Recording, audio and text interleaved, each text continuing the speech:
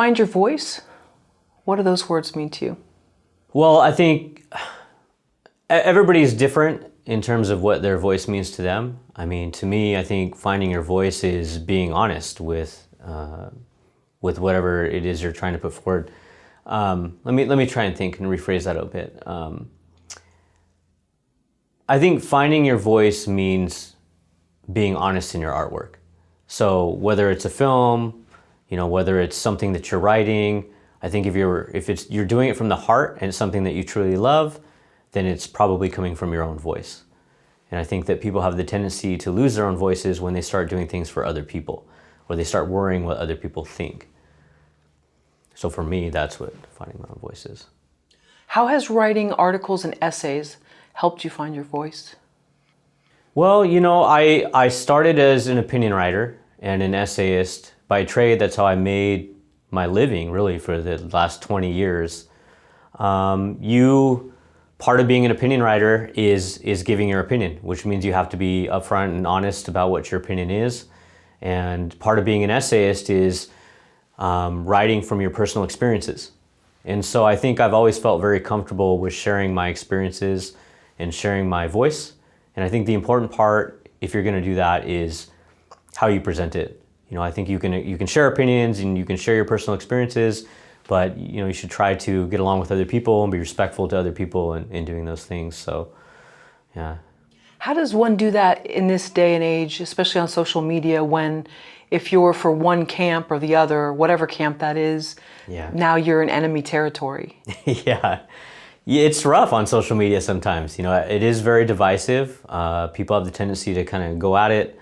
And sometimes no matter what you say, you can say something like, I hope everybody has a good day, and somebody's going to be upset.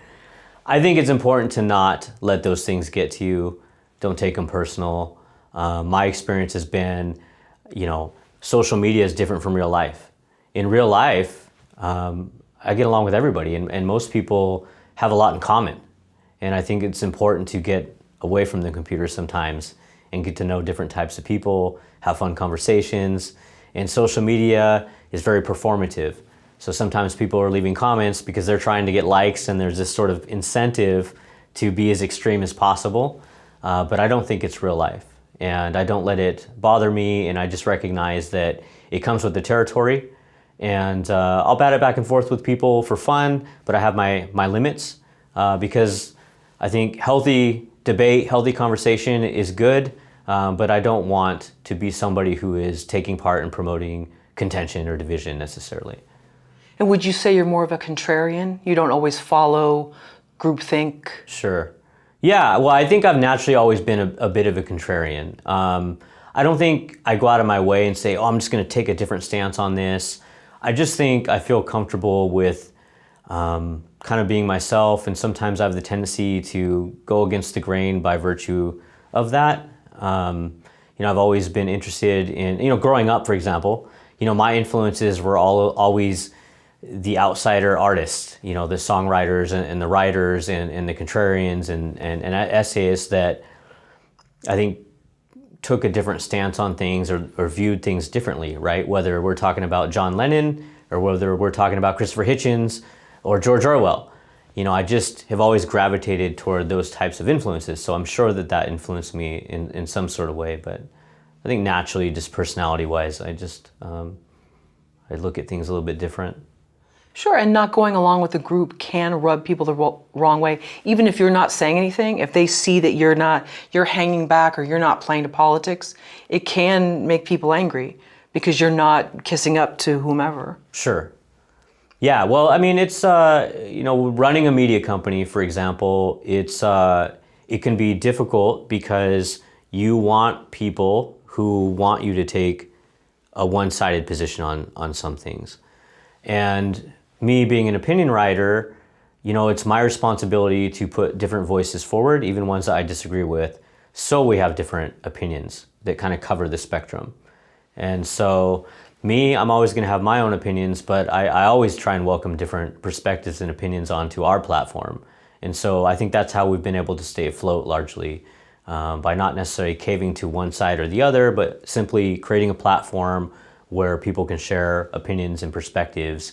And, in fact, Kenneth, who's been on Film Courage. Right, Kenneth Castillo. He wrote an essay for us a while back defending the urban genre of movies.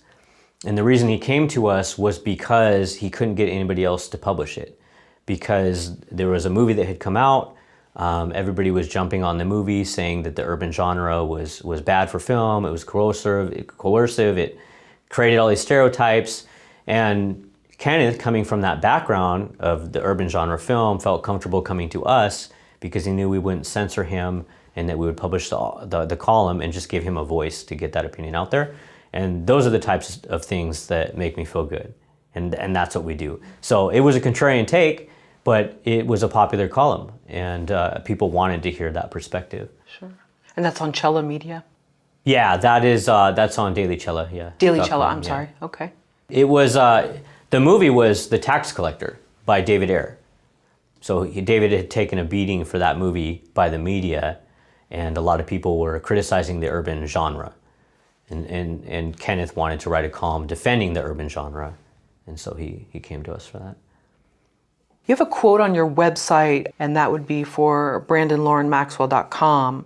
Never forget where you came from, because at the end of the day, when all of the cheap cocktails, plastic smiles, and paper credentials are stripped away, your roots are all you have. I love that. Sure. Well, thank you. That's really cool. Yeah, I think it's really important to remember where you came from. I see, just in my own time, being in both media and now entertainment, I've seen a lot of people lose themselves. They get swept up in the lights or the accolades. They get swept up with having access to things that they didn't before. And I think they lose why they really were getting into the business sometimes. They lose sight of themselves. And I think it's important to be grounded in something if you're going to go into these worlds. I mean, Los Angeles will eat you up if you're not grounded in something, especially if you have a little bit of success, because everything's at your fingertips. And I think for me, because of how I grew up in my earlier life, my previous life, I think it made me more grounded as a person, because I feel comfortable going into these types of environments and not being tempted in the same way that I would have been in my 20s, because I've learned so much from my 20s, growing up so fast. So. Right. Yeah, I remember Charles Bukowski said something. I'm going to clean up the quote because I can't say it, but the such and such came too late. You can research and fill in the gaps to what that is, but he felt that he, because he strived for success for so long, that when different things did come his way that were temptation, it was easier for him to resist. So. Yeah, Charles Bukowski, I really like him as a writer. One of my favorite poems by him is called "The Genius of the Crowd." And I recommend everybody check out that poem because it talks about groupthink and the quote-unquote perceived genius of the crowd. And Bukowski himself was kind of an outsider. He sure was, yeah. But you said it just in follow-up that LA can eat you up. It's also people can treat people differently. Having worked different jobs, I've seen celebrities come in places and people just act so weird around the person. They talk about the person like they're not even there, like they're not human. I've witnessed it on several occasions in the past. So it's also that. It's also there's a finger pointing and a hatred towards somebody that's quote unquote made it. Mm-hmm. And that also does a number on people too. Yeah, and another thing that I try to do is, I don't really treat anybody different. Like I try to treat everybody the same. So whether or not it's somebody who's just a homeboy from the hood who's cleaning their car to go out cruising for the night, or whether or not it's some A-list producer, A-list director, I don't treat anybody different. They're just people, they're humans. And the truth is, and we saw this during COVID, all those things can go away like that. And then what do you have? So I think that's why I think it's so important to be grounded in something other than just the superficiality or the material things of this business.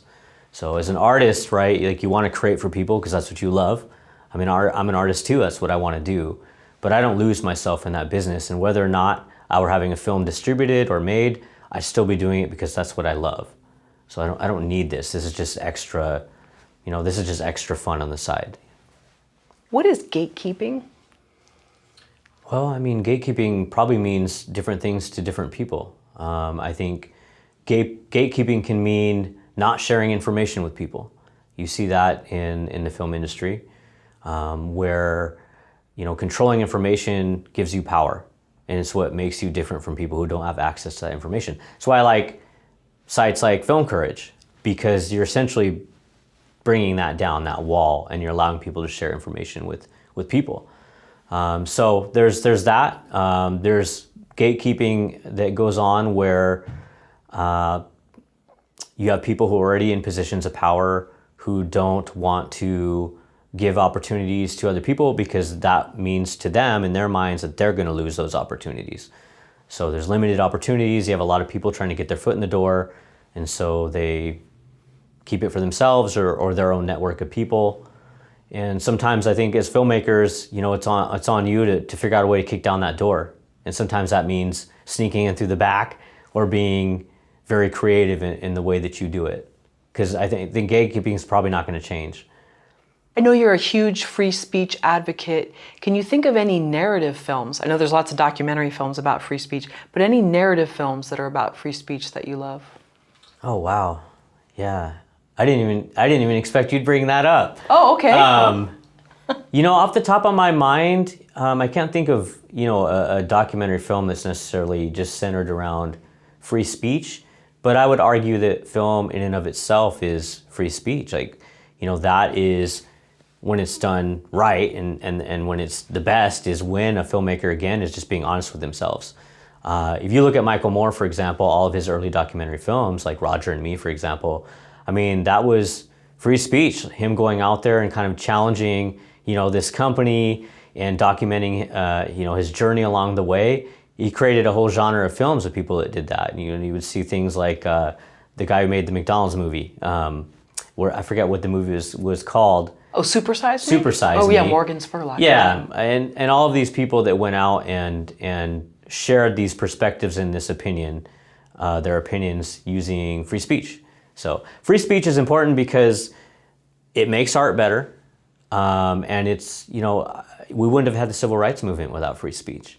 It was free speech that gave people the ability to go out and march in the streets, march in Selma, march in East LA, express their grievances and the problems that they had. And so, you see it with art and books, and you see it with film. And so I feel like free speech and film and the arts is just they're intertwined. And they have to be. And the purest art we get comes through that lens. Do you think it's possible for an artist to lose their voice? Yeah, I think that you lose your voice anytime you stop doing what you love. If you're not doing it because you love it, then you're probably losing your voice, because I feel like we are happiest as humans when we're using our voice, our own voice, and we're being pure with who we are. And so I'm sure there are people that they just do things for a check that they're unhappy with. And there's always going to be some part to every job where you have to make concessions, but that's different from losing your voice. Making concessions is just a part of trying to work with other people. But when you're doing things that you don't like or you're unhappy with just completely, then I feel like you're probably losing your voice. Sure. We talked about musicians off camera, and so many musicians, it's the same set every night and everybody wants to hear them play. Sure. Whatever, Freebird or Stairway to Heaven or whatever it is. Yeah. I'm dating myself here, but, and I'm sure they're just like, oh, we got to play this one more time. They want to do something new and original, but the audience they want that experience of the song they hear on the radio. Yeah, that would be tough. Even with me, having just toured 35 cities, and you're getting asked the same questions and you're kind of giving the same stump speech. And, I could imagine how that would wear on a musician, especially a musician that's been around a long time. And this was for the Q&A? Yeah, for the Q&A with the film, yeah. And lastly, and then we'll move on to another section, but I understand Sherman's March is one of your favorite documentaries, yeah, which is an awesome film. What is it about the film that you love so much? Wow, you really did research on me if you knew that. I don't even remember writing about it or saying it anywhere, but I must have. Yeah, I love Sherman's March, and more people should watch it. I think it's a brilliant film. I love it because here's this guy who sets out and his goal is to essentially make a film about Sherman's March and trek this territory. But along the way, you know, he's got really bad depression, and he's constantly thinking about nuclear war, and he decides to visit all friends and family and ex-girlfriends along the way, and the whole film becomes about him sort of ruminating about lost loves and nuclear war and all these other things except what he set out to make the film about. And in that process, it actually becomes a very pure film. It's like a journal. And I think that's great because he just went where the film steered him. And so I love that film, yeah. Can you tell us the story behind the moment when you decided to make a movie? You've written so much. So I had written an essay about the history of zoot suit culture, cholo culture, lowriding, and I wanted to kind of contextualize it for people because I had grown up around these subcultures. And so I wrote this essay, and the essay went viral. And after it went viral, I thought to myself, well, it'd be kind of cool to make a visual project that sort of tells this history even a little bit more in depth. And so I sort of sat on the idea for about a year because coming up with footage was difficult. Finding footage from the 60s, 70s, 80s, licensing that footage. I happened to come across a vault, basically, an archive in, I think it was San Jose, and it was from an old cable access station that had gone defunct. And while that cable access station was in operation, there was a camera person there named Juan Espinosa, who would take the camera and he would go out and film all of these events in the 70s and 80s and 60s. And he would have his own cable access station show. Well, when the cable access station went defunct, he donated all of the reels to the city. And so when I found all of this footage, it was amazing. It was early black and white footage of lowriding and the Chicano civil rights era, all these just really cool footage that I had never seen and most people had never seen. So I talked to the city. They told me that they couldn't do anything, but if I could find him, then you know, they'll give us the reels. So I hunted Juan down, found him in Oakland, and we were able to acquire the footage. And then we used AI to restore all of the footage. And then from there, we went and I contacted somebody who was a cinematographer for Unsolved Mysteries at Netflix. And I basically pitched him the idea of, hey, letting us use your $50,000 red camera for this project. I think you want to be a part of it. And they cut us a deal. And then I went to a hotel and I worked a deal with the hotel. I said, if we film at your same hotel in every location, we cut us a deal. They did. So we rented the suite at this hotel and we would do 12-hour film shoots for all the interviews. And we would do basically 4 interviews a day. So we do 3-hour interviews. That way, rather than spending a bunch of money and going out to everybody individually, we'd bring everybody into one central location. We would film interviews for 12 hours straight, and then we'd move on to the next day, do the same thing over and over. And then once we had all our interviews, we restored the footage, edited it, and then we had our movie. And so it sounds like you almost thrive on picking up the phone or emailing people. You're not shy about trying to contact people. Yeah, I don't think I'm a shy person. I wouldn't say I necessarily love it. I don't love it any more than anybody else. But I think I'm a very stubborn and a driven person. And so, you know, I become hyper obsessed with things, and finishing that project, raising the money to get it done, getting it into theaters, getting it distributed, I think all of that was because I was very stubborn and very, very driven to push it through. And I also wanted to prove that you could do it without an agent, you know, because we took this film from concept all the way to distribution, goes to streaming October 15th, and into the theaters with no agent the entire time. And so you just have to be very creative in how you work those things out. And sometimes that means you have to get out of your comfort zone, and you're gonna have to talk with people whether or not you want to, and you're gonna have to try to persuade them and try to work some type of mutually beneficial relationship to get everybody on board. So contacting Juan Espinosa was really the first, aside from the piece that you wrote, was the first part of this journey Yeah, that was the first part of the journey as far as filmmaking went. We ended up licensing a lot of photos in the film as well, and so I had to approach each of those photographers individually. I didn't go the route of dealing with a large rights holder house like Getty. They're expensive. And so what I did was I approached photographers directly. And in fact, some photographers who even have stuff on Getty. And I just said, hey, Getty's too expensive. This is the project. What can you do? Would you be willing to work with us? And all of them would. I only had one that wouldn't do it. And so we were able to work individual licensing deals with every photographer that we worked with. And were all the photographers still alive? Yes, all of them were alive. Now, Juan has passed away actually during the making of the film, no. unfortunately. Yeah, so he never got to see the final film. But yeah, all of the photographers were still alive that we licensed photos from. But his work is now, I don't know when he passed versus when you contacted him, but it's almost serendipitous because now his work is going to live on even more. It was, yeah, and we've been told that a lot, that it just, right time, right place. And I'm glad that I was able to be the one to restore that footage and put it out there for people to see. Yeah. When you told people close to you, I'm making a movie, what did they say? I don't think anybody who's close to me was surprised. So I think most people who know me were like, you'll find a way to do it. Had you made any short films? I did make a short film about 25 years ago, something like that. I mean, my minor was film. I loved film growing up. And when I went into college, my minor was film and my main degree was political science.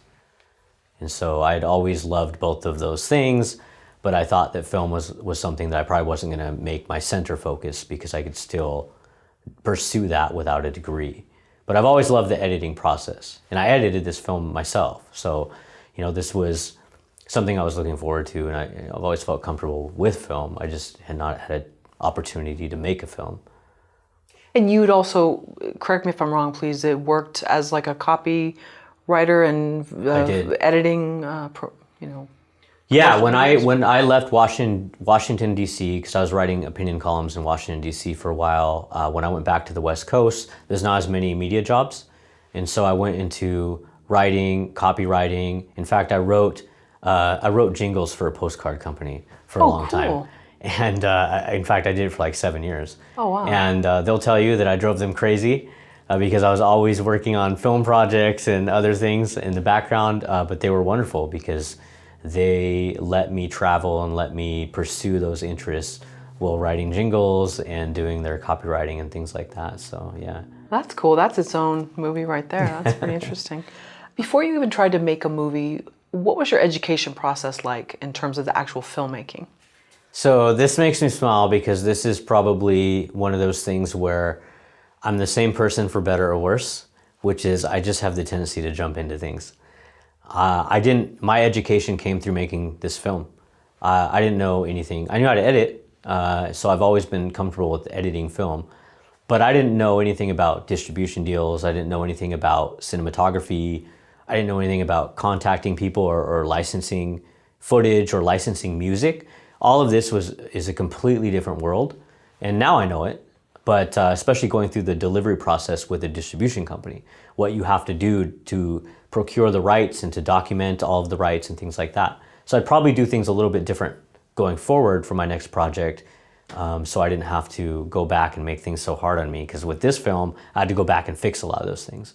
But yeah, I learned it jumping in, and I think that that's how everybody should learn. That's by far the best. I think there's too many people who they're simply afraid to go out and do it because they feel like they don't have enough information, they don't have the education, and it keeps them from going out and doing things.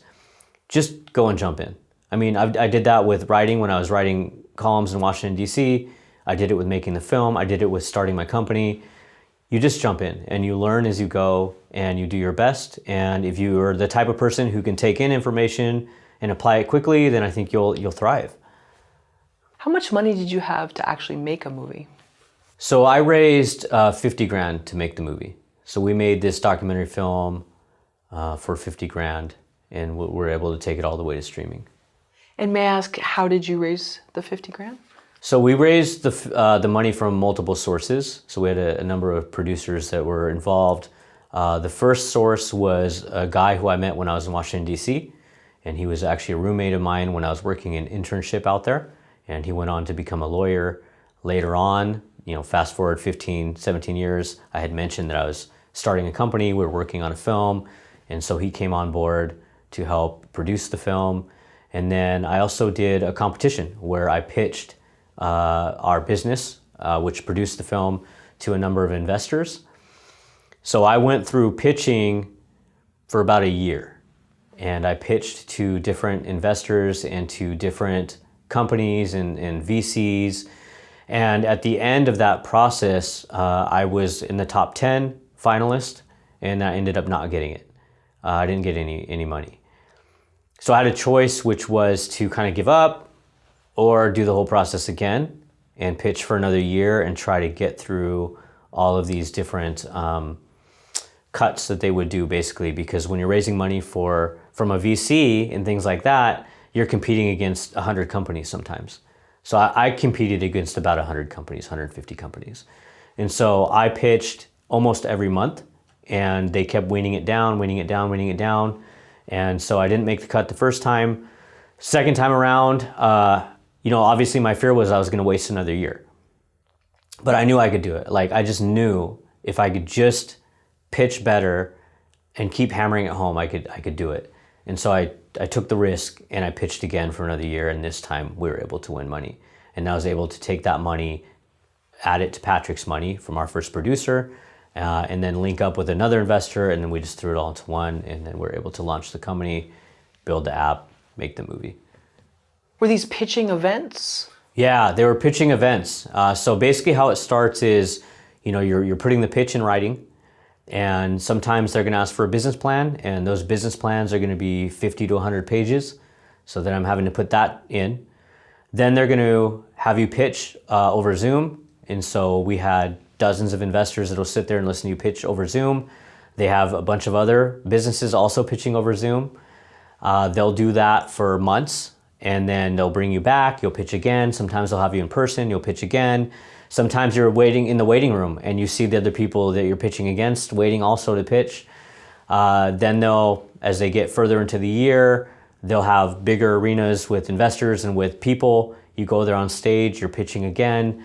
And so all this time they're weeding out businesses that they're not interested in investing in, people they're not interested in investing in.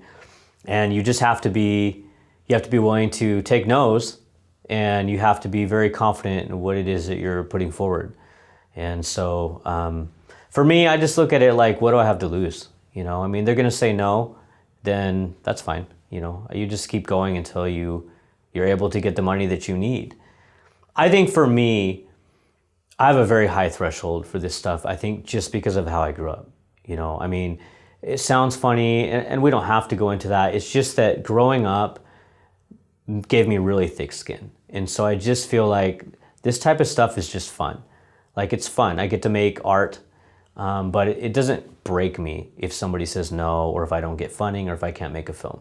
Because it's a privilege to even be doing these things to begin with, and I'm happy to be alive. So that's how I look at things. And I think if you have that perspective, if you can reach down and find something to drive you or to give you perspective, it makes the process a lot easier. But if your whole world is just in one basket, all of your eggs are in one basket, then it's gonna break you when you go through all that work and somebody says no, because you're pinning all your dreams on that one person. So I think that's the wrong approach. Just have fun, just go wing it, see what happens. Don't let it break you. Has anyone ever said, you know what, I envy you in a good way because you don't let things stop you? Or maybe there are people that are not jealous, because that's something that's rare. A lot of people have been handed things, and I think that actually makes them soft at times. Mm-hmm. And so if you have to earn it yourself, I think you've already kind of taken the knocks, and so you're just like, all right, another one. What's the worst they could say? People have already said the worst, so yeah, it's just going to be another one. Yeah. Well, I don't want to be like a Debbie Downer, but I just, this drives some people I know crazy, but because it creates, a certain threshold for things. But I compare everything to being in jail, doing 22 hours a day in jail, being shot at, being stabbed, overdosing, all of these things that made up my teens and 20s. And having somebody say no for me trying to raise money to make a film, that's easy. Like that's nothing. And so I'll never forget where I came from, like you had mentioned earlier with the quote. I'm always gonna remember the mistakes I made, the types of people I grew up around, and those types of environments. And it just makes everything else easier because you're so thankful to even be alive. Like, I'm grateful to be alive, and I'm happy, and I'm thankful to be in a position where I'm making art. It's an amazing thing. Everything else is just a plus. It's just a benefit, but I don't expect it. What was the first day of filming American Homeboy like? First day of filming was, so this was before we worked to deal with the hotel. We were at a different hotel and they didn't want us to film at the hotel, but I had already rented it. So the first day of filming was us sneaking in a bunch of film equipment for an hour and then completely transforming the hotel room into a studio that we could film in. And the room was a little bit too small, and there were a few things that we needed to iron out after those first interviews. But going forward, we smoothed it out pretty quick by working a deal with the hotel and things like that. So, sorry, was this here in LA or this yeah, was in San Jose? that was in LA. And one thing that I tried to do with the interviews is I tried to be in a full-blown conversation with them by the moment they arrived. So we're in the lobby. By the time we're in the elevator and we're getting upstairs to the hotel, we've already been in a full-blown conversation. So they're just sitting down and we're continuing that conversation. And I found that really helped loosen people up and make it a little bit easier. Part of the reason we did such long interviews, 3-4 hours, is because sometimes when you're talking with people, it takes a while for that shell to come down. Sometimes when you're talking with an academic, for example, they're really putting forward this sort of academic, professional answers on everything. But what I want is the real them. I want to bring down that. And so they'll feel more comfortable as time goes on. So we were really cognizant about being conversational. I didn't have any pre-written questions. We just sat down and talked. And sometimes I would let them just steer the conversation because that would let me know what they were interested in, where their head was at, and so kind of steer that energy toward the film, and then I would figure it out later as far as editing went. And I thought that was a lot easier.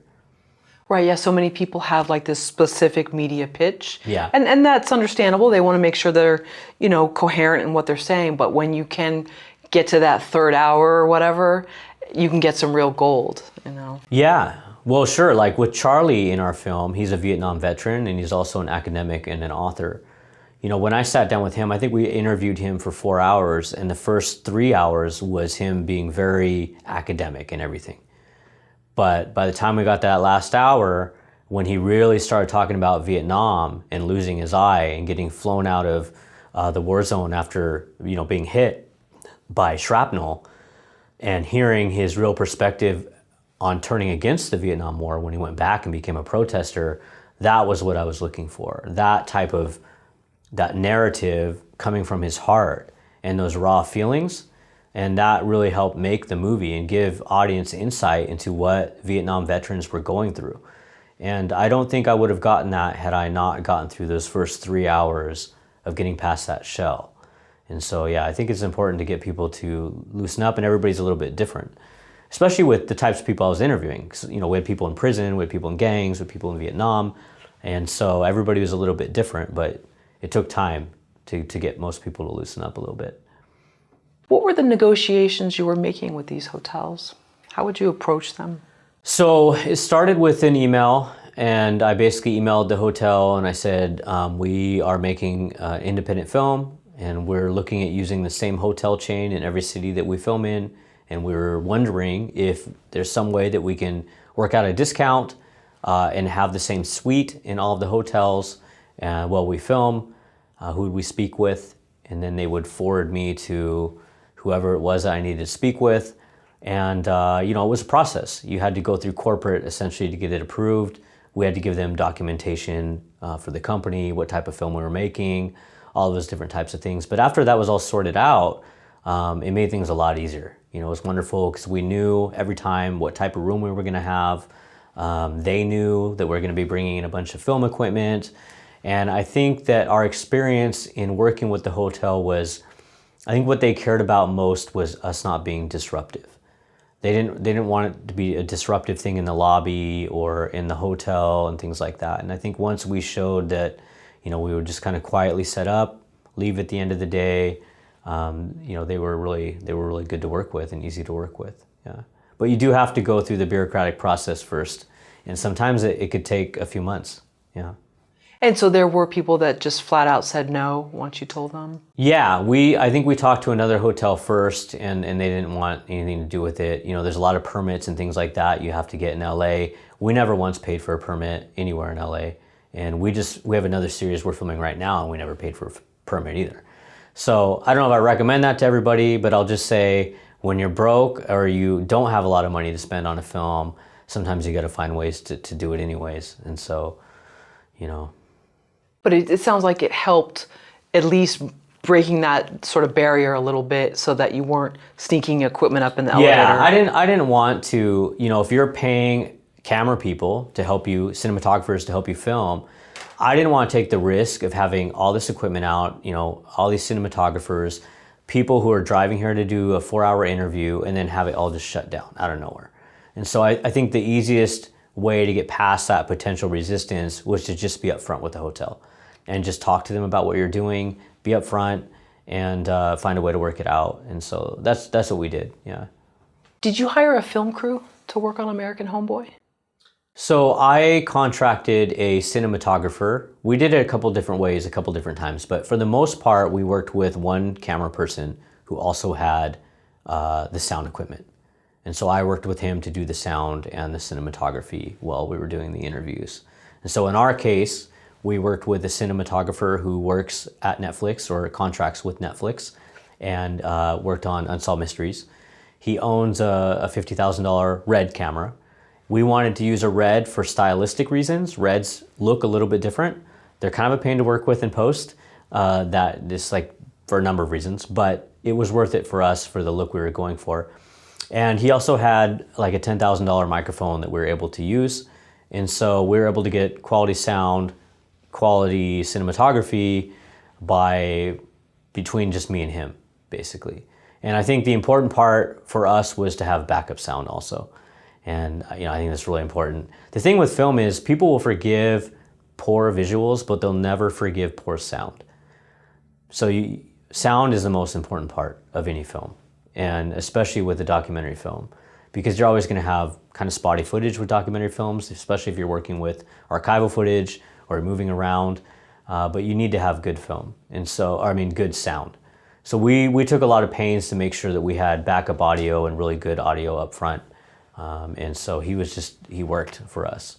And there was a few times when we had to bring in one other person for the sound to help out. But yeah, it just fluctuated depending on how many interviews we're doing.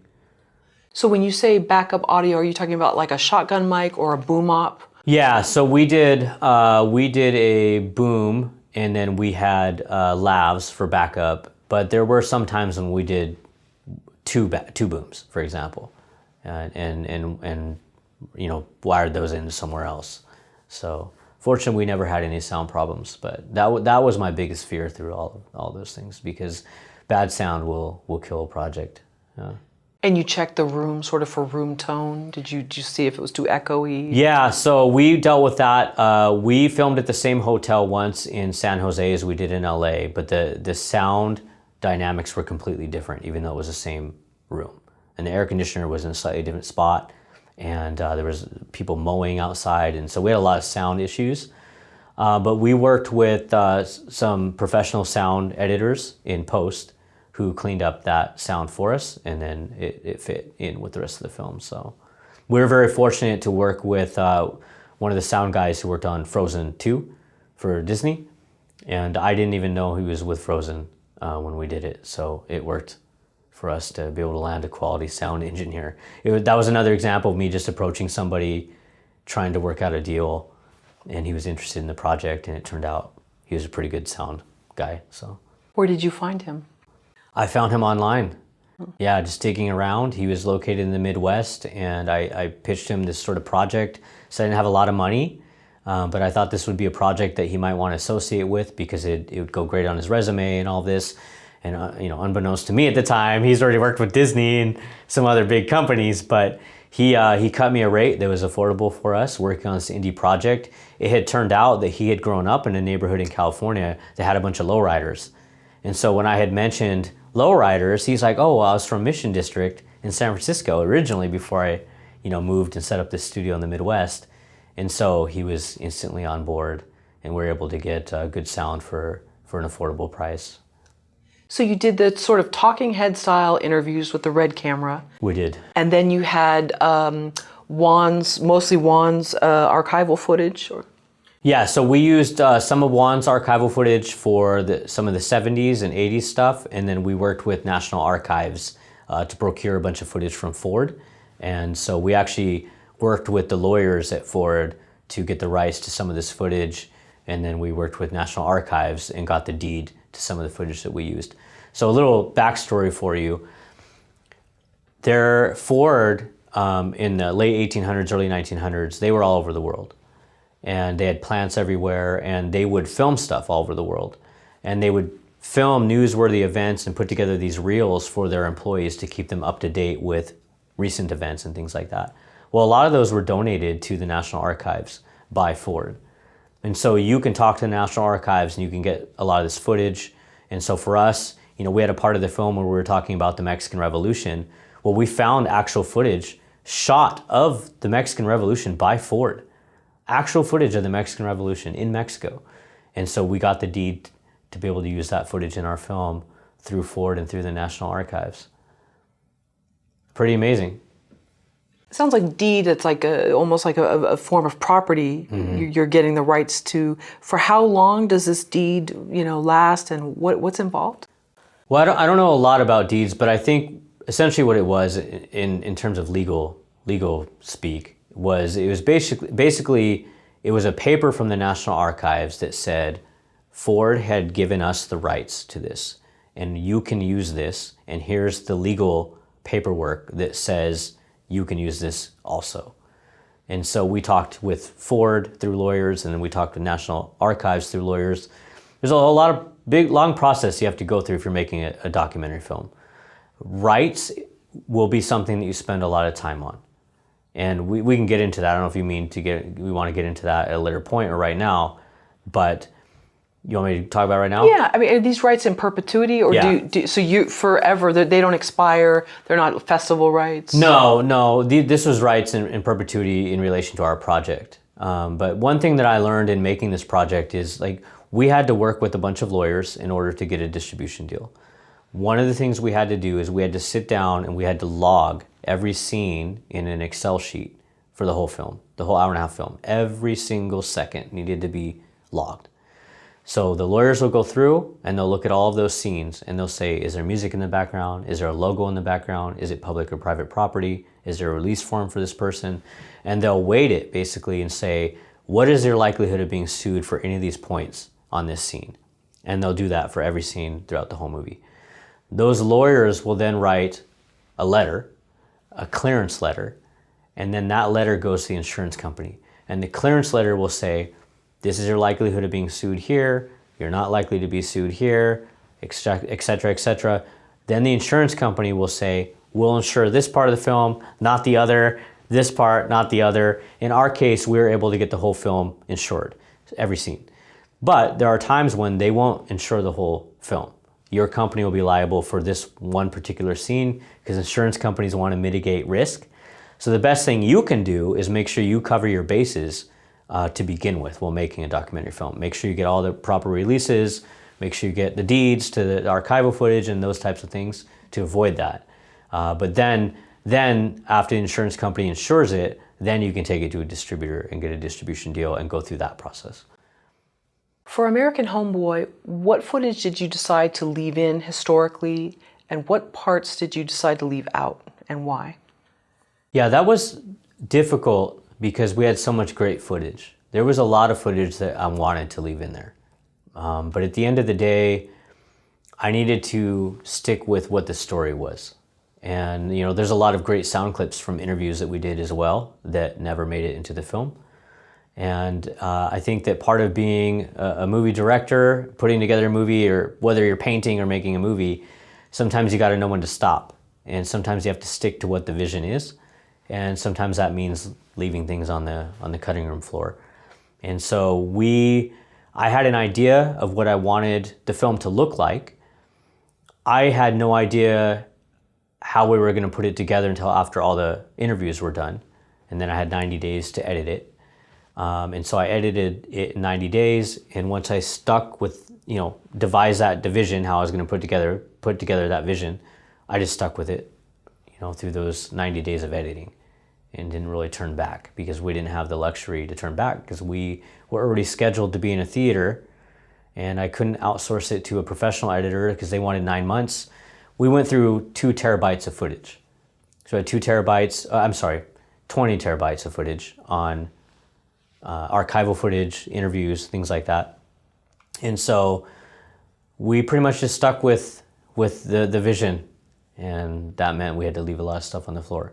But we did a little bit differently. We kept a lot of that extra footage now, and we posted online to promote the film and things like that. So, and we're also going to print transcripts of the full interviews and things like that. So it just because it doesn't end up in the film doesn't mean you still can't use it in other ways, especially in the age of social media. Right, with shorts and things like that. Yeah. And you've done some in black and white, right? To Correct, yeah. denote that these are parts of the Yeah, film. that's correct, yeah. Yeah, that's great. And so you were the editor. So how many, 20 terabytes is how many hard drives? Oh, it was a lot of hard drives. So I have a safe full of hard drives, probably 20 hard drives, something like that. One thing that I underestimated was preserving and duplicating all of the footage that you had. It's a very expensive process. But again, you're taking a big risk. Like if you're just keeping them all on one drive in one location, it's a huge risk. And so we had to duplicate everything, and then we kept them in different locations, because what if there's a fire, things like that. Some good advice I got from another filmmaker was the rule of threes, which is 2 different locations and then 1 in a cloud. I don't like clouds, so I didn't use clouds, but I did have 2 different locations, and I had them in fire safes, just to make sure, in case anything happened. The other thing is sometimes drives can get corrupted going between Macs and PCs. And we actually had a drive that happened to, and thank goodness we had a backup drive. So it can be very expensive, because drives, especially SSD drives, are not cheap, but that should be something that you probably plan for if you are filming a documentary film where you're working with a lot of archival footage. And just out of curiosity, why don't you like the cloud? Is it just the cost, or? Well, it takes a long time for one. Uploading 20 terabytes to a cloud could have taken 6 months. I have no idea. I mean, I tried to upload just the full movie to the cloud, and I never got through the process because it was taking so long. And I tried Dropbox, I tried Google Drive, I tried a lot of different things. I just am not crazy about clouds. I'm probably because I was born in '81 and I have not fully adjusted to some of the new technology, but if I can have physical media, that's what I prefer. Yeah. Well, you love going to thrift stores and buying DVDs? I do, yeah. Yeah, I still have DVDs. In fact, I'm a big fan of Christmas movies and Halloween movies, because I like the seasonal movies. So I still buy all those in DVDs. I have them at my home, like a big collection. What did this movie teach you about filmmaking? The movie taught me that organization is really important in the process of filmmaking. Like, it's one thing to have an artistic vision, but to implement that vision is a whole different beast in and of itself. And talking to different people in business and Hollywood, I've learned that everybody has ideas. Ideas are not hard to come by, and often a lot of these execs have already heard the same ideas. What differentiates people who make a film is that they're able to implement that vision. They're able to stay organized, and they're able to be consistent in getting that vision forward. And that's what separates professionals from people who never get their idea off the ground.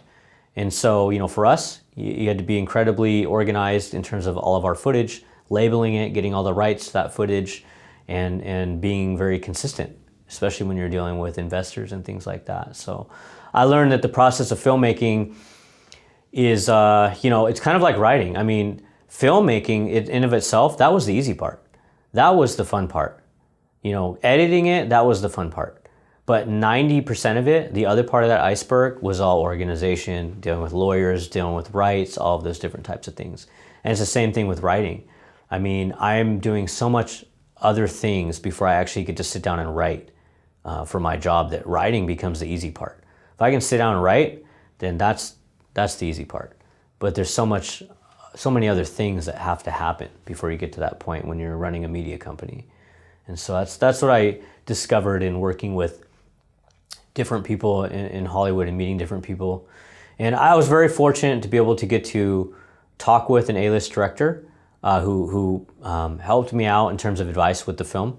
I won't say his name, but he's an A-list director. And seeing him and how he worked and his level of organization that was required really helped me understand what it takes to make a film.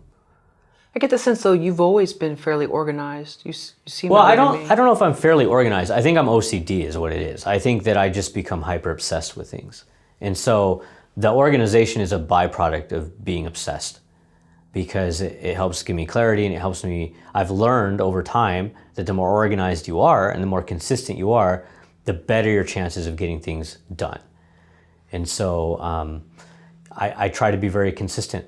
And I get up every day and I work and do the same thing, and I try to be organized in what I'm doing to make things easier on myself in the long run. It's not because it's fun. I don't think it's really fun for anybody, but that's part of the process. How would Ken Burns have made this film? It's funny that you bring up Ken Burns, because when I set out to make this film, I said to myself, how would Ken Burns make this film? So our film was about lowriding and zoot suit and cholo culture. These subcultures typically have been relegated to rap music videos, you know, the woman airbrushed on the hood of the car, just snippets on YouTube that don't give them a lot of depth. What made this film different was when I sat down to make it, I said, how can I explore these subcultures in a serious, in-depth way? Not just snippets on YouTube with rap music in the background, not with adding to or creating more stereotypes. I wanted to pull that curtain down. Ken Burns has his faults with some films, right? For example, he left out the Zoot Suit riots when he made his World War II film, things like that. But he does get under the hood on a lot of his projects. And I said to myself, this is going to be my pitch to investors and to distributors. This film is how Ken Burns would have made this type of film. It's a serious look at these subcultures, at this outlaw culture, in a way that isn't typically done. And so that's what we set out to do. And what types of stereotypes or tropes did you want to expose and sort of turn on its head? Well, you know, one of the things that I really enjoyed doing was giving these guys an opportunity to simply talk. Because I think in and of itself, just hearing a lot of these guys and share their insight tears down a lot of preconceived notions. Because I think there's this preconceived notion that, oh, well, if you have somebody that was in a gang or was in prison, they must just be an idiot. But the truth is, when you hear these guys talk on camera and they're sharing their perspectives and they're explaining why they get the tattoos that they do, why they love lowriding, the history of those things, you see that some of these guys are very intelligent people. And I think that was important to kind of like break down that preconceived notion of that these people are just a bunch of idiot outlaws, which is not the case at all. And you go into some of maybe the laws, things that happened in the late 80s that might have made it more fearful in the eyes of other cultures. Yeah, we talk a lot about, we go into World War II, for example, where there was a point in LA where they were rounding up Mexican Americans just for wearing zoot suits. The zoot suit was banned in LA, and a lot of people don't know that history. A lot of people don't realize that lowriding in a large extent was a response to the over-policing at the time. Police would pull young youth over for lowriding, and so they took hydraulic pumps, put them into the cars so they can raise them up and not get pulled over by police. So it was a response to policing, but over time, that, the evolution of those hydraulics started becoming what you see today, where they're bouncing up and down for competition and things like that. But it didn't begin that way. There was social reasons why all of these things began. And so I think that's really fascinating. We wanted to get under the hood with some of those topics. Why name the movie American Homeboy? It's funny that you say that. We went back over the transcripts, and the two words that come up the most in that entire movie is American and Homeboy. And that wasn't even planned. I named it American Homeboy because I wanted people to understand that this subculture that people typically think of as being this outsider subculture is actually very American. And these are Mexican Americans that we're talking about. They're Americans of Mexican descent, but they're Americans. And so I thought it was important for me to have people understand that from the outset. And I also thought it was a good name in general. I think when you're talking about film or projects, you obviously want to find something that conveys the film, but also find something that's catchy, that can work on social media.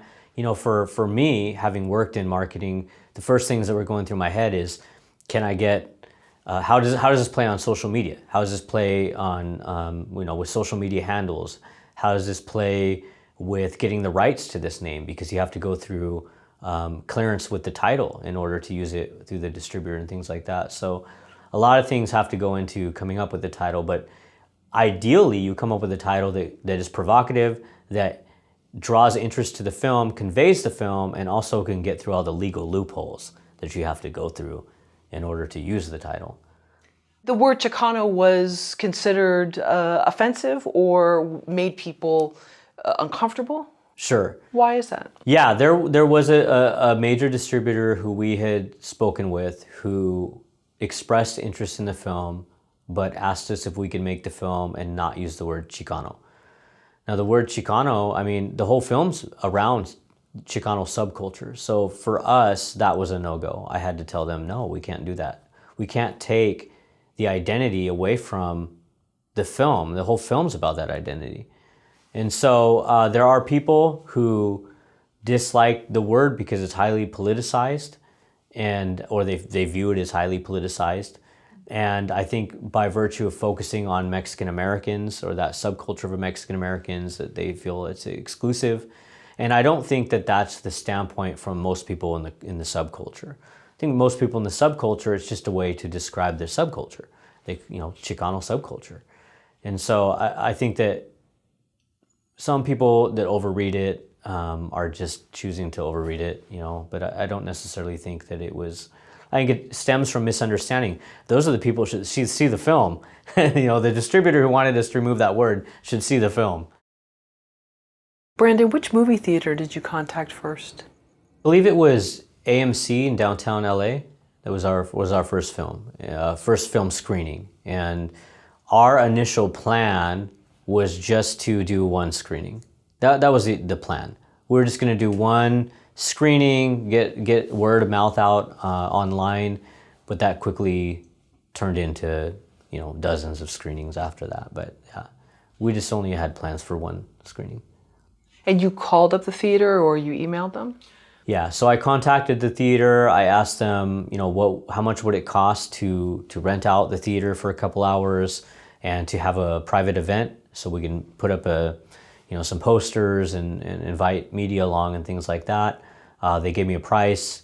We worked it out, and then that's what we did. Yeah. And would you mind sharing what the price was for, 3 hours? Sure, yeah, I think, I don't remember what it was for that exact theater, but we went on and did a lot of theaters after that. And so if you want me to discuss that a little bit, I can. Yeah, I was curious, what does that cost? So we rented out that theater. If I had to guess, we probably paid maybe $3,000 or something like that for 3 hours or something like that. Once the film played, a lot of people were excited about the film. A lot of people were tweeting about it and mentioning it on social media. And so we quickly decided to rent another theater. And so we put up the money again. Every theater is a little bit different, but it tends to range between $2,000 and $3,500 for anywhere between 200 to 400 seats. We sold out the next screening that we did. And so we did it again, and then we sold out again. And then from that point was when we started to realize that maybe we had a film on our hands that was going to be popular. And so we kept getting calls from different cities. And so we started renting out theaters and playing them in different cities. What happened was, because we had sold all of them out, we actually reached a point where the theaters would no longer rent to us. Theaters started approaching us. They wanted to play the film, but they would only do ticket splits. And so we couldn't rent anymore. We had a number of theaters that wouldn't let us rent, but they would do ticket splits. And that was because we were bringing out 400, 500 people every show. Like when we did Sacramento, they brought out 100 extra chairs, and we did 400 seats there. We did 400 in Portland. We did 400 in Tucson. And so they were big crowd sizes. And that was a learning experience in and of itself, navigating, dealing with movie theaters, because I had not prepared for that. I just learned all of that as I went. May I ask, what was the turnaround time to pay you back for the ticket sales? Every theater's different. There's times when I had to really bug the theater to get my money back, where it took maybe a month or two before I finally got them to mail a check. And that's one thing that I've learned in this process too, is that everybody's going to fight on giving you your money. But generally speaking, if you set the parameters ahead of time and you're very clear, you can mitigate some of those problems. So what I started doing after I learned that it was going to be hard to get your money is we started having the theaters sign a contract ahead of time. And the contract said you have to be paid by this date, or even ahead of time. If they're going to do a ticket split sometimes, and if it's sold out, you can get your money ahead of time, even depending on if you can get them to sign the contract. So that's what we did, and that fixed a lot of the problems, and it weeded out the ones who you might have had problems with. Yeah. Oh, that's great. Okay. So in some ways, it was sort of problem of prosperity in that they wouldn't rent to you. You had to do the ticket split, but then you said, okay, well, if you want to do that, here's what I have, and you need to agree to my terms, and that was right. You need to pay me the ticket sales by this date. So it was a win-win, I guess. Yeah, it was a win-win, and at this point, the crowds were so big in every city. It was good for the theaters because they were selling a lot in concessions. So selling a lot in popcorn and things like that. And so because of that, we were able to dictate a lot of terms, with a lot of these theaters, and with very little pushback for most of them. And it surprised me because I thought that this was how it's always done. I didn't realize that this was not how it's always done. In talking with some of the theater owners, like when I was in Tucson and Portland, they were like, hey, we really think this is cool what you're doing, because you're going around the country and you're getting your film in all these theaters. And I'm like, well, isn't that what you're supposed to do? And they're like, well, no, normally you work with the distributor and they put it into the theaters. And I was like, oh, I didn't know that.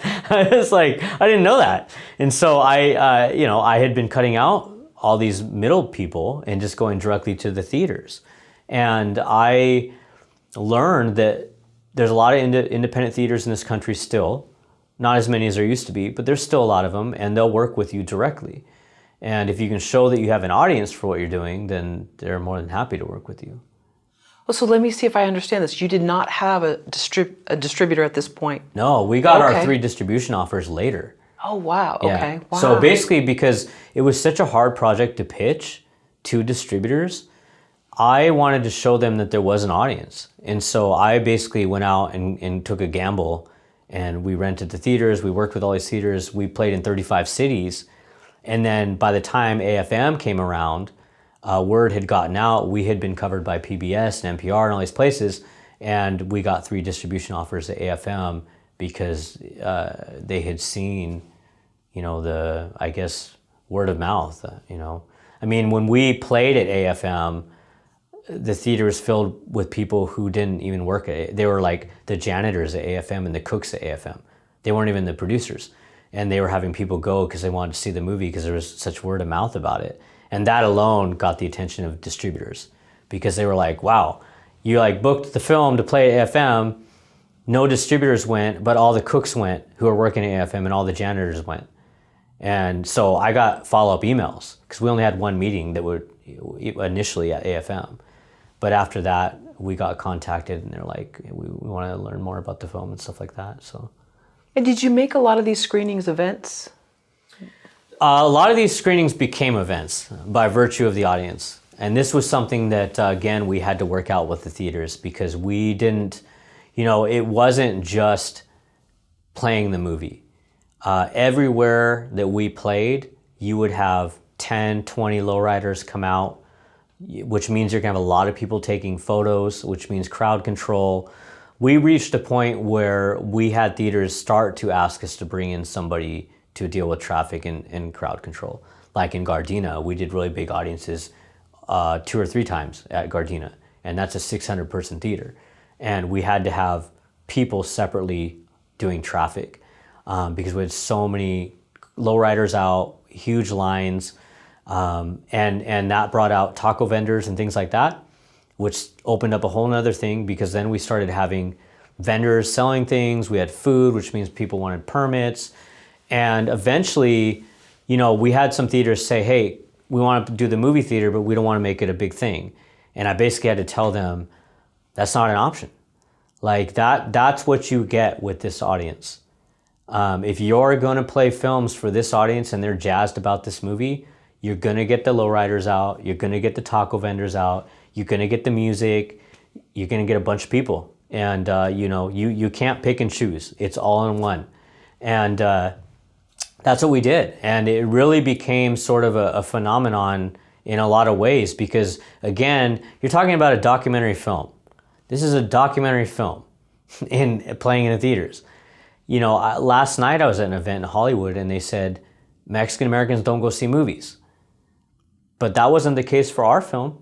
We sold out every theater that we did. I think we sold out 27 of the 35 cities. So not bad. They will go see it if they're really interested in it. Who said that? I mean, in terms of what movie was this? It was at an event that was in Hollywood, and I was talking with a producer, and he was talking about how one of the challenges they've had is getting Mexican-American-centric movies or Latino-centric movies made because their belief among distributors is that they don't go to the movie theater. And so they'll do streaming sometimes, but mostly AVOD. And so that was not my experience. Yeah. How were you getting the word out about these cross-country screenings? Was there any organization or a team helping you? Sure. Well, I knew going in because it was an indie film. I knew that we needed to be very deliberate in our marketing and do what we could with the tools that we had. And so I went in with a plan that I was going to put out the first trailer 6 months before the film first played. And I stuck to that. And when I picked that date, I made sure to pick a date where there were no sporting events. I made sure to pick a date where there were nothing going on with politics or anything like that. And I picked a date that was earlier in the week, not a Monday, because everybody's just checking their emails on Monday and catching up. You wanted it to be on a Tuesday or Wednesday, so it can flow through the rest of the week and into the weekend. That was the goal. Because for us to make this film work, we needed it to do well on social media. And so we made the trailer, and of course the whole time I was in the back of my mind a little bit nervous that something was going to happen because we had just been through COVID. We had just been through all these riots. We just had all this political division, and every day something's happening, it feels like. So of course in the back of my mind I was worried, and I felt like dropping the trailer was the most important part of this whole process. That first introduction to the rest of the world of giving them a glimpse of what the film was going to be about, we needed that to go well. And we dropped it. Nothing else happened that day. It took off. It went viral. And from that point, we were, I think, kind of on the road to having a pretty good opening because that had generated so much buzz. And I know this is sort of sensitive, but did you pay for any views? Sometimes people use Facebook marketing and it does help them. Yeah, no, we didn't pay for any marketing. Mm-hmm. Now that we have our app, we've paid for marketing to tell people to go watch the film on the app. But during the process of making the film, we never did any paid ads. We were fortunate in that our trailer got picked up by numerous people with big accounts. We had numerous accounts that have 400, 500,000 followers that retweeted the movie or shared the movie on Instagram, things like that. And everybody in the film has a pretty big following as well. Most of the guys in the film have 100,000 plus following. And so that helped as well with getting the movie out. And from there we would release just little snippets and clips leading up to our premiere. And so are you capturing emails and what towns seem to be really zeroed in on the film? Yeah, I actually didn't do that early on. Two regrets that I have was one, not getting emails of everybody who came out to the shows initially. Although for the shows that we ran, we were able to get emails through Eventbrite, but we didn't run every show. And the other thing was that we didn't sell any merchandise at those shows because those shows were really big. And even the smaller shows that we've done since then, we sell a lot of t-shirts, a lot of posters at. And so I wish I had thought about that earlier, but I didn't. You kind of live and you learn, but yeah. But sometimes merch can go different ways. Like people always assume that it's going to do well, and it doesn't always do well. But yeah, no, I don't think. Again, I think like this film, everything that happened with this film would not work on our next film. This film just happened to hit at the right time, where it hit a market that needed this type of film, and the merchandise worked because it matched the aesthetic of the culture we were talking about in the film, so people were really interested in the artwork. We had some really distinct artwork done that featured some tattoo artists that was in the film, and we worked with a guy who does punk rock show posters in San Francisco. That was another thing I did. When we made the artwork for the film, I wanted to find somebody who doesn't make artwork for films. So I went out of my way to find somebody who has never made a film poster. And I found a guy who makes punk rock show posters. And I said, hey, we want to make this movie poster. And he was kind of like, that's not what I do. And I'm like, that's exactly why I want you. It's because you're going to think different. And I had an idea of what I wanted to do as far as the collage went. But I wanted to have sort of this street punk rock aesthetic to it in the way it was put together. And so it worked really well.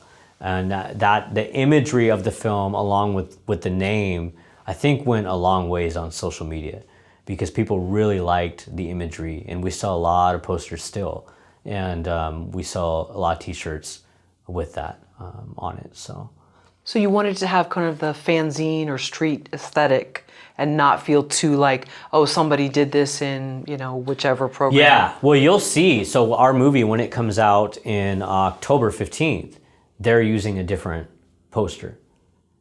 Oh, the distributor is? Yeah, the distributor is using a different poster. Interesting. So even though we have a poster, that they're using a different trailer too.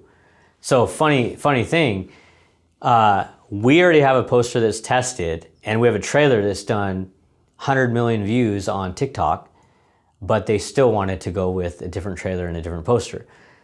And so it just shows you that as nice as they are for distributing the film, doesn't mean they really know what they're talking about. They're going to go with what makes them feel comfortable, and that's usually going to be a more stereotypical type of look. And they have a look that they like for posters and a look that they like for trailers. And so for us, that was why we kept all the rights that we did when we did this film, because I know our audience, and that's why the film worked. The film worked because I know our audience. If I'm being honest, the distributors don't know our audience. And so that was why I was reluctant to give up all of the rights that they wanted, was for that reason. Had I given up all those rights, I don't think the film would have been profitable. I don't think we would have made our money back. I don't think it would have been as popular as it was. So I think it was important for us to control all the things that we did to this point. And now that we reached this point and did a year, now I'm comfortable with saying, all right, now we can move it to streaming, and they can use a different artwork if they want and a different trailer. You decided to attend AFM here in Santa Monica. What was your plan going into that event? So my plan going into the event was to try to find some interest in distribution. We wanted the film to be out there more than just the app that we had created. So I had did things a little different. As you know, I raised money and built our own app, and then we streamed our film on our own app. So we could build a subscriber base to make more projects and to make some of our money back. We wanted to take it to the next step, but that meant you needed to find distributors who were interested. So I linked up with an entertainment attorney, basically to go down there with me and to represent us and to reach out to some of those distributors ahead of time to try to get meetings. What was that like when you walked through the doors of the hotel for AFM? My initial thought was it's the type of thing I don't like. I don't like networking events. I don't like these big events where you just have a million people who are starving to make it in one spot. I don't think that's the best way to get things done. But I have a friend who's worked at Nickelodeon and a few other places who I met early in my film journey who recommended that I should still go to AFM. Because whether or not you like that type of environment, it's still a big deal and there are still deals that happen. And so we did it. We went down there and our lawyer got some meetings and we made our pitches. Well, maybe we could hear a little bit more about what you learned and what happened while at AFM. What I learned is nobody's special. It's just a numbers game to most of these companies. You are one out of a million different films. You can tell them that the film made $50 million and you don't have a distributor and none of them care. You're another film. Because at this point in the game, they all do it by numbers. They put out a certain amount of films every week, every month, every year, and they've calculated they're gonna get this much money back, and that's how they do it. And so you have to be very deliberate in defining your audience for them or they're just gonna pass on you. You have to be able to sit down across the table from them and say, this is our audience, this is the genre, and that's like it. Because if they're lost in any part of that, they're just like pass. And it was good for me to go through the process of raising money for a company because investors are the same way. When you're dealing with investors with companies, like they will just cut you out for the littlest reasons. And so if you tell them, I'm trying to do a website and an app, they're gonna be like, whoa, whoa, whoa, whoa, whoa. Is it an app or is it a website? And in your head, you're like, what's the difference? But in their heads, they're like, you need to get your stuff together. I'm not interested. So you have to be very clear about what you're doing. I'm doing an app that does this. And so when you sit down with these distributors, you're saying, I have a movie that's about this. This is the audience. And they'll go from there. And they'll usually ask you for a link so they can watch it. They want it to be quality still. But if you're going in there thinking, oh, I've got this amazing idea that you've never heard, you just need to hear me out, they're gonna cut you out before you even get to finish. And you see that. You see people that go in there and do that. And so, I'm sure that I drove my lawyer crazy because I did all the talking. I like to control everything. So when we went in there, I felt like I could do a better pitch. And so I did all the pitching. I just needed, not to sound bad, but I needed the lawyer to get me through the door. But after I got through the door, I knew that I would be the one that was going to do the pitching and do the talking. So. Well, it sounds like, too, you didn't want to just be passive in the experience and in the process. No, because you only get one shot with some of these people, and they do it yearly. And sometimes, it's true. You get one shot and you need to make it count. And you need to go in there and you need to be very confident about what you're doing. And, for me, when I'm sitting down with them, it was like, why aren't you doing this deal with me? Like, I should be interviewing you because our film's done so well to this point. Like, I shouldn't even have to explain to you. You should look at the numbers and just know you need this genre and we've done well. And I can choose from any number of distributors here. Like, that's the kind of confidence you have to have going in. And once you kind of level that out with them, then you start to have real conversations with them. Because most of the time when you walk in, they're just gonna look at you like it's just another starving artist. But if you go in there and dictate the terms the moment you sit down, not being a jerk, but you let them know like, hey, I have options. I'm confident with what we're doing. Let's get moving. They treat you a little bit different. And we went back and forth for months, even after we got a distribution offer, because I turned down the first distribution offer we had. Where are these meetings taking place? So with AFM, it's an amazing thing. You know, they rent this hotel. I think this one was in Santa Monica that I went to, and they turned the whole hotel into miniature offices. So all of the rooms that you would typically stay in with beds, they're all converted into offices. And you go from office to office, and they're all different distributors from around the world. Deal makers, producers, fundraisers, things like that. And it's an amazing thing. I've never seen anything like it. And there's thousands of people there, and that's what you do. You go there and you pitch. Were you bringing anything with you to show proof to some of these distributors of how many people came out, what the experience was like? Yeah, no, believe it or not. There's no time. You know, these pitches are like 5 minutes that you get with some of these people, maybe 10 minutes. And you ideally would identify the people you want to meet with ahead of time, because AFM will release a list of the people who are going to be there. And then you get a hold of them through your lawyer ahead of time, and you send them the trailer link, you send them all these different things that you hope that they'll look at. My experience was actually that most of them don't look at any of this stuff ahead of time because they're being bombarded.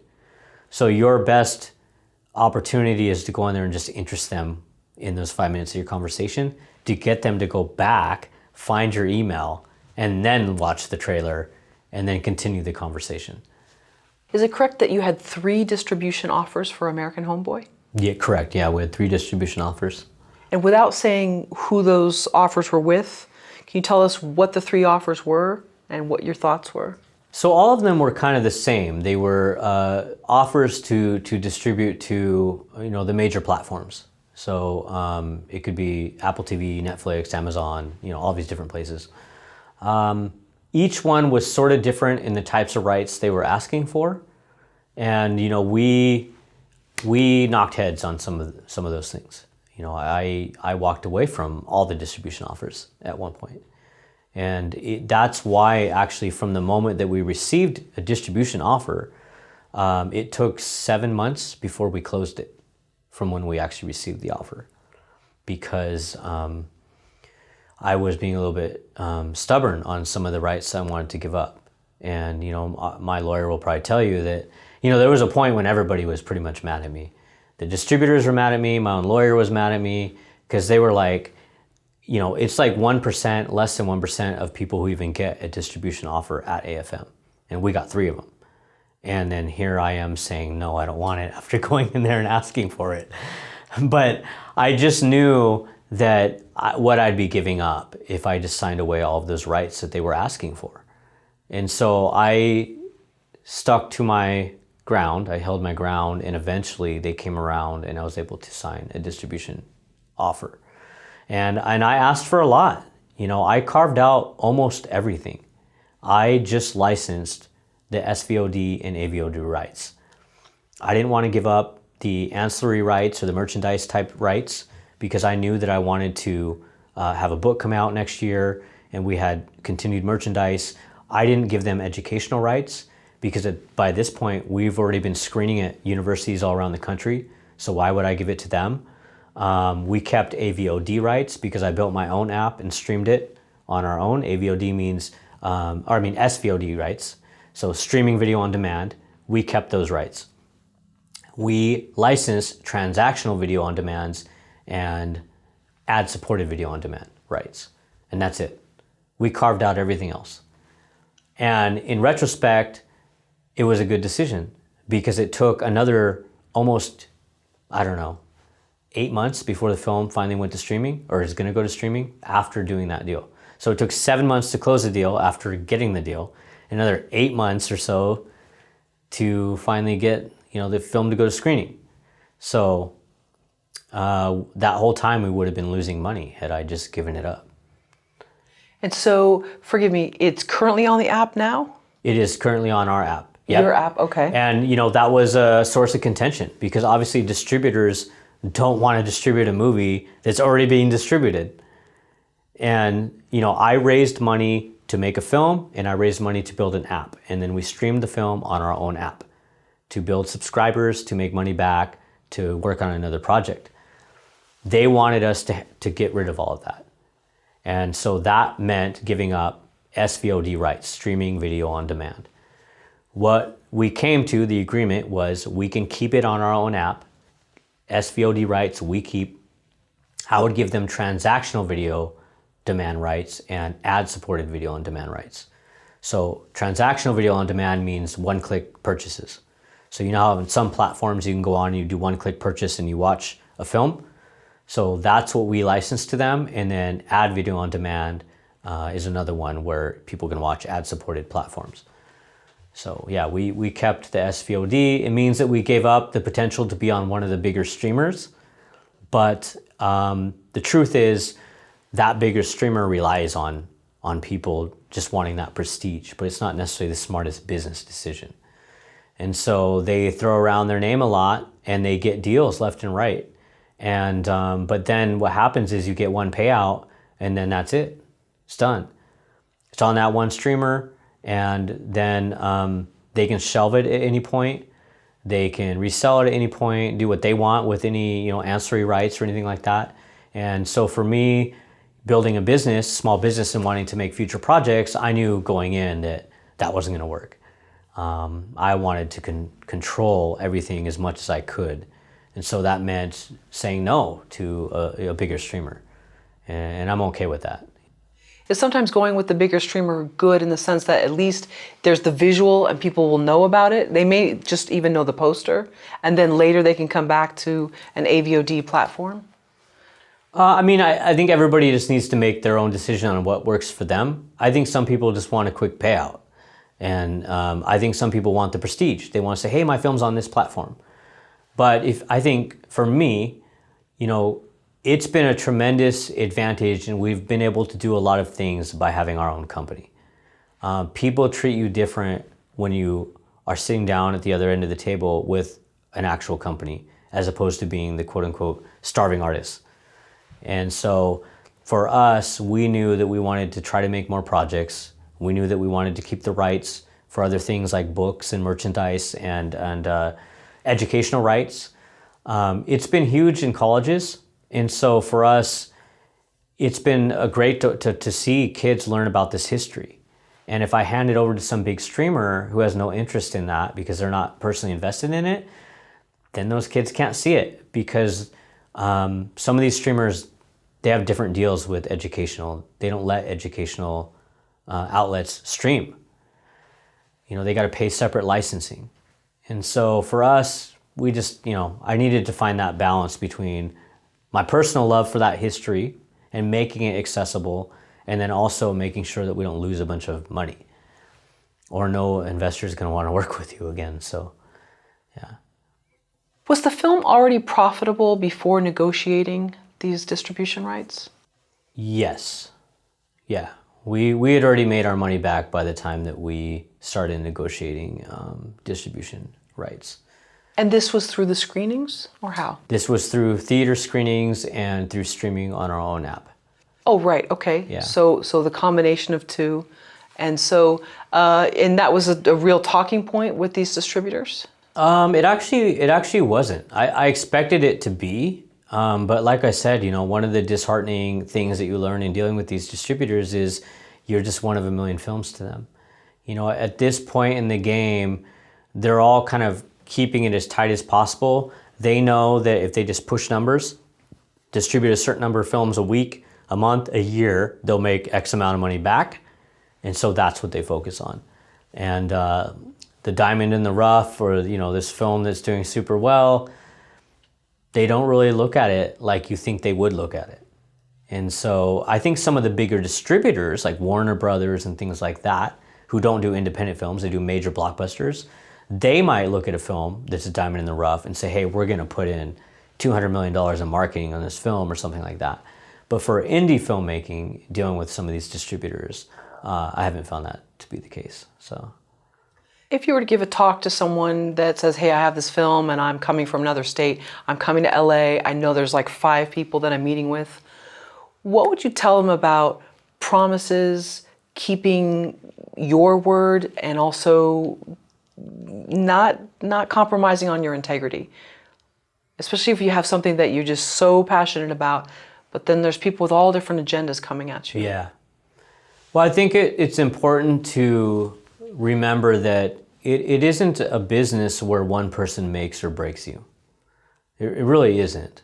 I think that you can probably look back at a few individual cases where you had like Weinstein go out and sign Troy Duffy from Boston in Making Boondock Saints, where you get these kind of one-off people with a lot of money who would do things like that. Tarantino, one of them, but they're not the standard. That's not the standard. I mean, it's a long process to get a film made, and which means you have to go through a lot of yeses. And so anybody who's just, I'm gonna go to this meeting, they're gonna make me, that type of thing, I think if you set your expectations correctly, you won't be so hurt when it doesn't work out. And you'll be less willing also to sell your soul. Recognize that just because this person views it this way doesn't mean it's the end all be all. Everybody probably over exaggerates their role in the process of getting a film from point A to point Z anyways. You meet people who, they'll take all these meetings and they'll kind of talk a big game about how they can do this and do that for you. But really they're just a little cog in the machine of this big distribution company.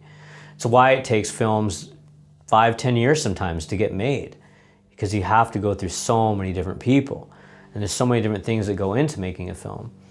So I think, you could save yourself a lot of time by getting out of the idea to begin with, the mindset that one person's gonna make or break you to begin with. And I think if you stick with your vision, just wait until you meet somebody that it can work with and work together to try to push it forward. That's probably the best way to go about it. Because you can find anybody to match anything in this city. You just have to, I guess what I'm saying is don't go with the first person that talks you up or says or promises you the world. I view this as largely a long-term game. I think it's about getting to know people over time and building real relationships that when the opportunity comes up, you're already prepared, and then maybe you can work together on something. And in my opinion, that's how things get done. It's not really gonna be like, oh, I just get this one meeting randomly and I'm gonna fly out of state and they're gonna make or break me. So, yeah. You just gotta look at it like a long-term game. Curious, Brandon, why did you hire an entertainment attorney outside of LA?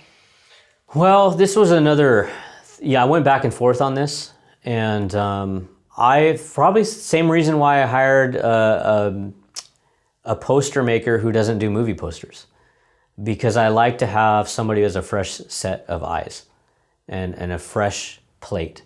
And I thought that if I could bring in an entertainment attorney who wasn't already bogged down in any politics or been through anything bad with anybody, or can come in and have a fresh viewpoint, that it might be an added advantage. I also think that, a lot of the attorneys in LA, they're probably a little bit grizzled at this point, and not a lot gets them excited because they have their clientele that's successful, and then they rarely take in new people. And whereas I think if you have somebody who's fresh and hungry and from outside of the system but wanting to get in, they might push a little bit harder for you. And so that was my reason for hiring an entertainment attorney. Now, alternatively, the risk is you have somebody from outside the system just like you. You're from outside the system. You're not here 24/7. So my lawyer's not here networking 24/7. So maybe he can't get your foot in the door like you would want. So that's a risk too. And I think that, each individual person is going to have to decide that for themselves on what type of risk that they want to take. But for me, it was more affordable. It was somebody who was more driven and hungry to work on my behalf and to help me out. And I think from reading the room, my perspective, the way I gauged it is, people just want to see that you are vetted in some sort of way. They don't even care who the attorney is. They just want to know that somebody's vetting for you, that vouching for you and vetted you. And if they're official like an attorney, that's enough. And that turned out to be the case. Yeah, and plus it shows that you're willing to put your money on the line to hire an attorney, so you must be serious. Yeah, as well. and every attorney is different. I was lucky that this attorney, we basically, I paid, I don't remember how much paid, but it wasn't a lot. And the idea was that it would help him getting the film made. And so we would reevaluate if we were able to get a distribution deal.